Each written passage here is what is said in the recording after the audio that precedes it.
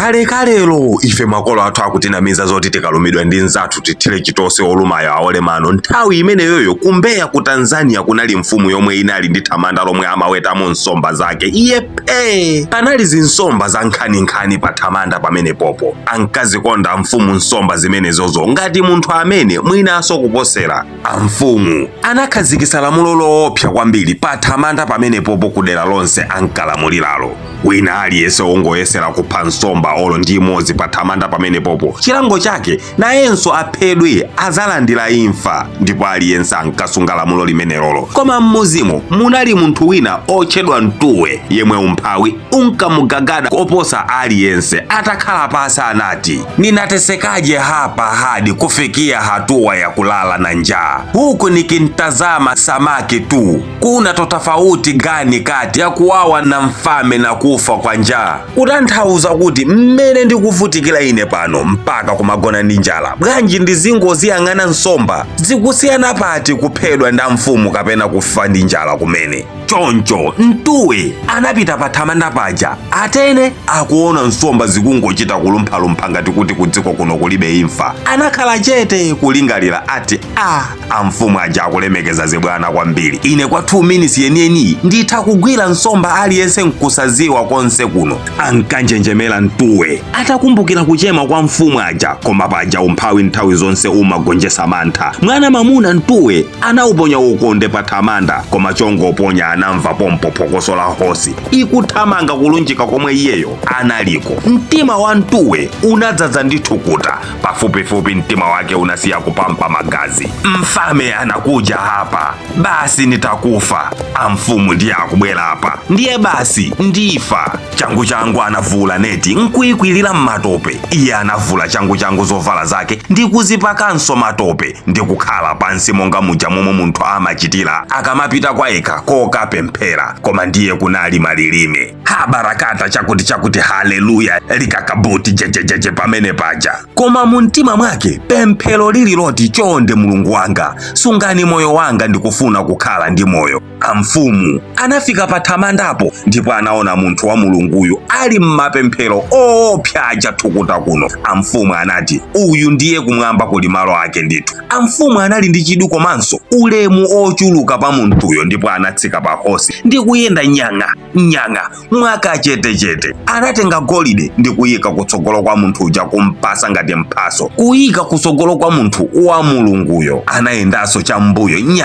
nyang'a nkukakwera hosi nkumapita. Dolo atamva mdidi wa hosi kuti wapita, anatsekula maso napumira mmwamba nati, chipanda kulimba ine bwezi ndili mtembo mmawa. Anaona golide akunyezima pansi pake, misonzi m'maso mwake yosamba, pozifunsa yekha kuti kodi mwa Mulungu muli mphamvu yochuluka bwanji eti ndangonamizira ngati munthu opanga za umulungu, koma mpaka mfumu kundigwadira ine ndi kundipasanso ndalama chonchi? Kuli bwanji nditakhaladi munthu wa Mulungu pamaso pa Mulungupo? Angandipase zochuluka bwanji ndingalandire ulemu kwa anthu ochuluka motani? Pompo Ntuwe anayang'ana kumwamba nati, Mulungu safuna chilichonse kwa akapolo ake kuposera chomwe angakwanise. Zabwino zonse zomwe munthu angachite zizakhala za ubwino wake pa munthuyo, ndipo zoyipa zonse angachite zizakhalanso pa iyeyo. Mbuye wanga musandilange ngati ndachita kuyiwala kapena kulakwitsa.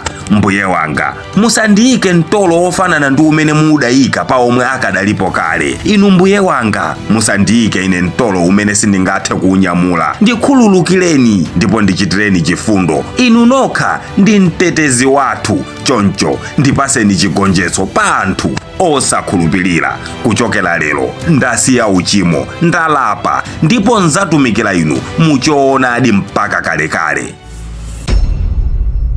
Phunziro langa munkhani. Inu mwaona anthu ambiri lero omwe akubisala mu dzina la Mulungu koma anthu nkumawalemekeza. Ichi chikufikireni inu kuti kwa Mulungu kulibe kuluza olo pang'ono, kuluza kuli mu chinyengo chomwe iwowo amachita. Tembenukani mtima wanu, khulupirirani ndi mtima onse, khalani abwino pa zonse mukuchita. Ndithudi mtendere uzachita kukupanikizani madaliso after madaliso, ndipo simudzafunanso kubwerera mu njira zanu zija zopindikapindika zija. Nkhani iyi inaphunzitsa anthu ambiri aku Tanzania ndipo iwo amati kwa mtu anayecha Mungu atanitengenezea njia za kuepuka matatizo yake katika maisha haya. Kwa munthu yemwe angamuope Mulungu amampangira njira zotulukira m'mavuto ake amoyo uno. Anzanga muli ku John Maka madera ngati Pretoria ndi madera ozungulira, nkuthekanso simunamvepo za Sina ndi Yusuf House fashion designer omwe akati asoke habaya inu nkupombonezeka nkumaona ngati ya Dubai. Sizokhazo madolo awawa amasoka zinthu zochuluka monga masuti ndi zinthu zina zambiri zati mayina tachizunguzungu choncho.